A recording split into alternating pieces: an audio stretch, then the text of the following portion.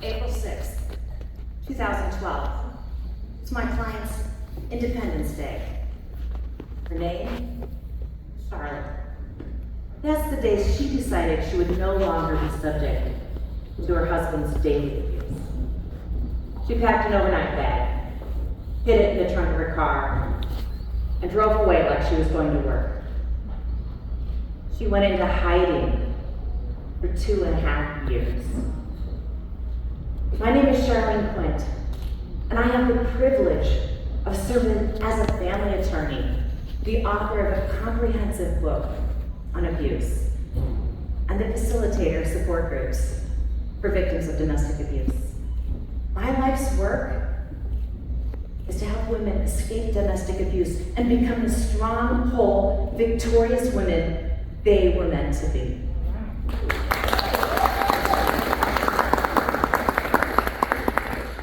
Domestic abuse is the most misunderstood, silenced epidemic of our time. Over 35% of women, and to a lesser extent men, will experience rape, stalking, or severe physical abuse. Up to 48% of women, and to a lesser extent men, will experience coercive control or emotional or verbal abuse. Around 70% of people who abuse a partner also abuse children. And my apologies to all the good men, but over 90% of abusers are men. Those numbers are overwhelming. And the LGBTQ plus community has similar issues. So if you are one of those nearly half of people who will find yourself in an abusive relationship, what do you do about it? So many people don't even recognize that they're in an abusive situation. So that's the first step, to actually recognize that you're in abuse. And after that, you must remove yourself, because you're not going to change the other person. But how do you do that? That's hard. On average, a woman will leave her abuser 7 times before she leaves for good. And after you leave, how do you recover? How do you become whole? So that's what I'm here to talk about. This is what I found. People who recognize, reject, and replace lies with truth will recognize, remove, and recover from abuse. I call this the 3 R's of truth and the 3 R's of abuse. The truth really will set you free. So let's take a look at Charlotte's journey from victim to victorious, because hers is the journey of every person who's ever decided to break the chains of abuse and live in freedom. First, let's talk about recognizing abuse. What were the lies that Charlotte and so many people believed that kept them from recognizing abuse? And what's the truth? Let's talk about emotional and verbal abuse. Charlotte's husband did things that were intentionally cruel and then claimed he never did them. That's called gaslighting. She didn't know the term. He accused her of things he was guilty of himself, like lying and being vindictive. That's called projection. But she didn't know that term either. He threatened hundreds of times to divorce her. He raged at the drop of a hat. He lied. He never wanted to resolve a conflict. He only wanted to win. He never admitted he was wrong. He always blamed somebody else. He had no empathy for others, as he was extremely selfish and entitled. So what were the lies? Charlotte thought abuse was only hitting. And here's the truth. Abuse is about power and control. And all of these are examples of emotional and verbal abuse. And that happens in every abusive relationship. And then there's financial abuse. Charlotte's husband demanded that she sign a 28-page prenuptial agreement day before the wedding, on her birthday, after he convinced her to quit her job. And she had a 5-year-old to support and a mortgage payment to make. After that, she had no access to funds. They never had a joint account. She had to bring in receipts to get reimbursed for living expenses. She didn't even know the term financial abuse. And here's the truth. Financial abuse occurs in 99% of abusive relationships. In healthy marriages, spouses treat each other as equal partners with equal decision making, with access to resources. Now, I'm not against prenuptial agreements, but you don't do it so one side is under duress. Money is power. Abusers know that. We need to know it too. And then there's physical abuse. Charlotte's husband dumped her out of the car in Chicago, 35 miles from home at 2 a.m. after a company Christmas party with only an evening gown on. She had no cash, no cell phone, no credit cards, no coat. She walked miles in the snow to find a place that was open.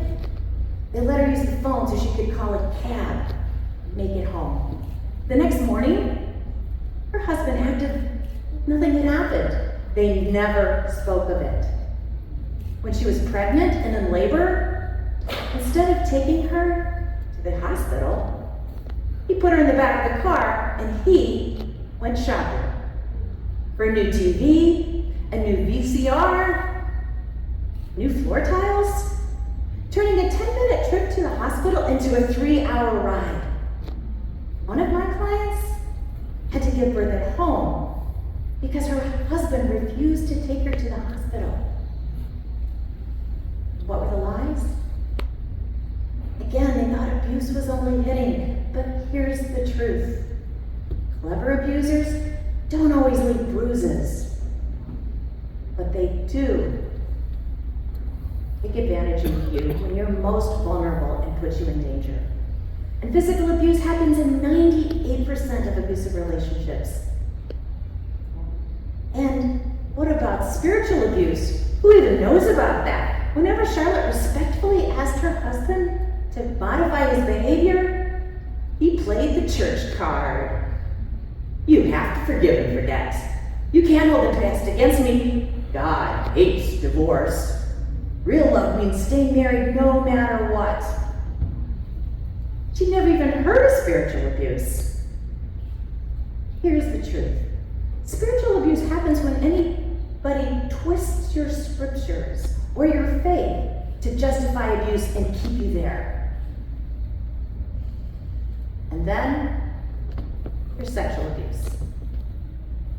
Charlotte's husband demanded sex and badgered her until he got it.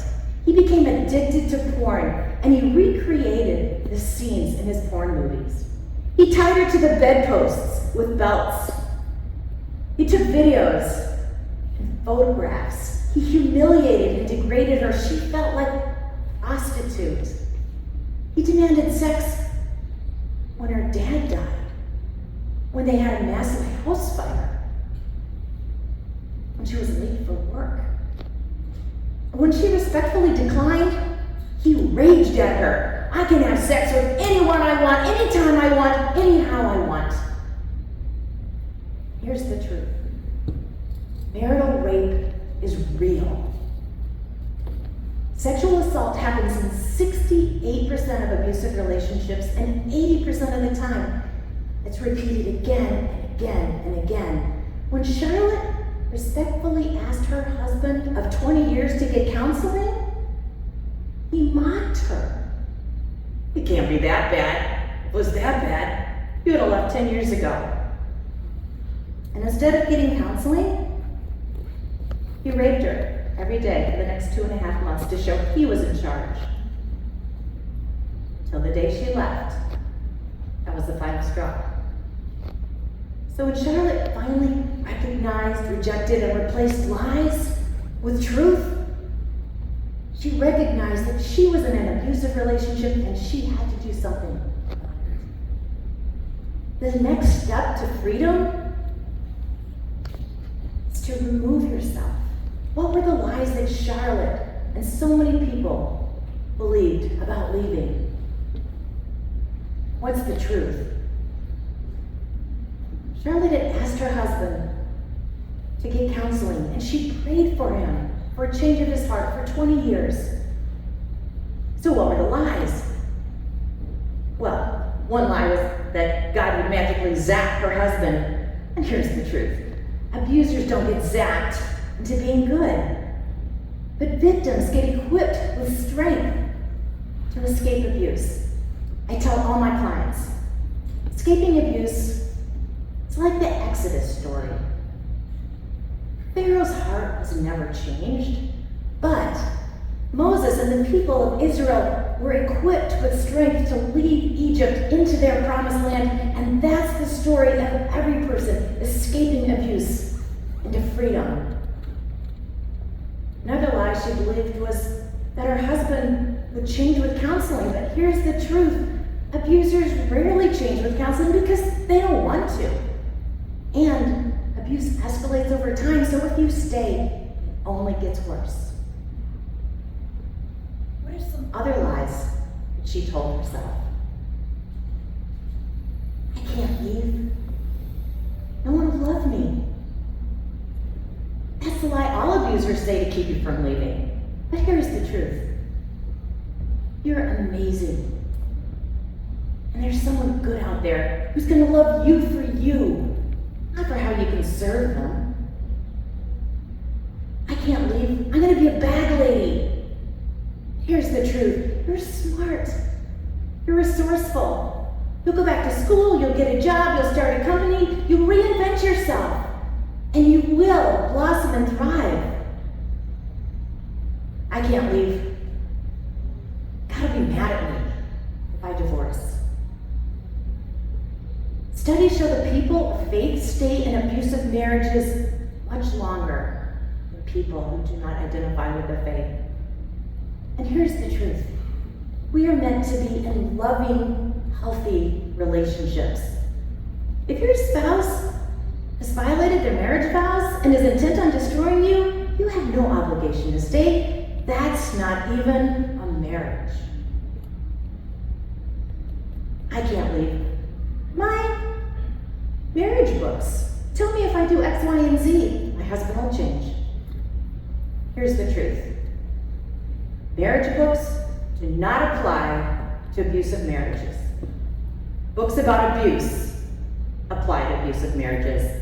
Taking advice from a marriage book while you're in abuse is like taking aspirin and expecting it to cure cancer.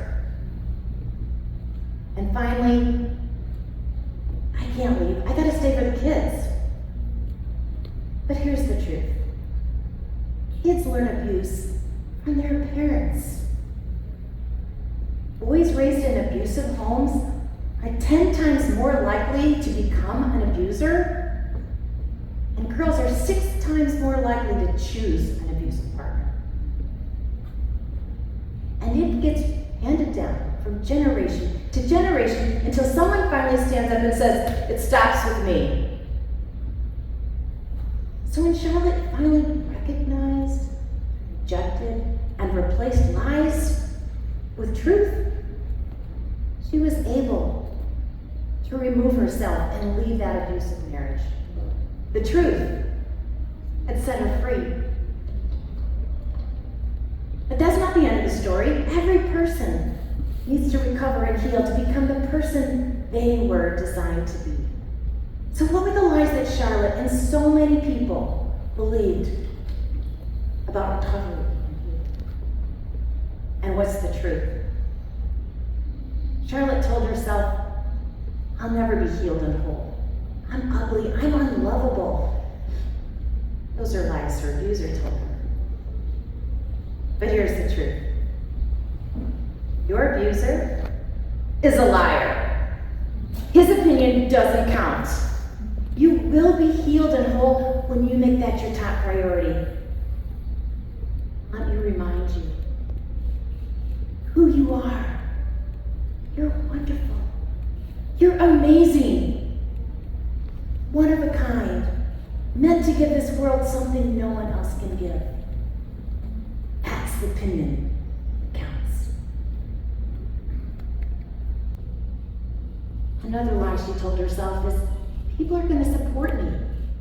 After all, I'm the victim here, he's the abuser. Unfortunately, the truth is, the vast majority support the abuser. Why? Because he knows your relationships are important to you, especially your kids. So he's started a smear campaign to turn them against you. He's played the victim. He's lied and he's out to destroy you. So be prepared to upgrade your friends. Usually kids come around when they realize that you are the healthy one. The abuser's not.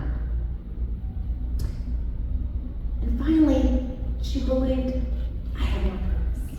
What am I even alive? And here's the truth. You have a mission as long as you are on this planet. Mark Twain once said, the two most important days in your life are the day that you're born and the day you find out why. So search your soul and find your mission. When Charlotte finally recognized, rejected, and replaced lies with truth, she was able to recover and heal. And today she is strong and whole and victorious. And she remarried a good, kind man who loves and appreciates her. You see, he had gone through abuse too, and healed each other. The truth set them both free. I found that people who recognize and remove and recover from abuse are world changers in their promised land. They go back to college. They get their master's. They get their doctorate degree. They start their own companies. They start non-for-profits for abuse survivors. They become teachers and counselors and lawyers, and they find real love. So this is what I know from years of working with clients. When you recognize, remove, reject lies, replace them with truth, you will recognize, remove, and recover from abuse. So, what do we do now? There's a ton of steps to getting free. But it starts with 2. 1, believe you can be free. And 2, call your local domestic violence organization or the national hotline because they have the resources and the experts and the counselors to help you into freedom. The truth will set you free. Your promised land is waiting for you. Thank you.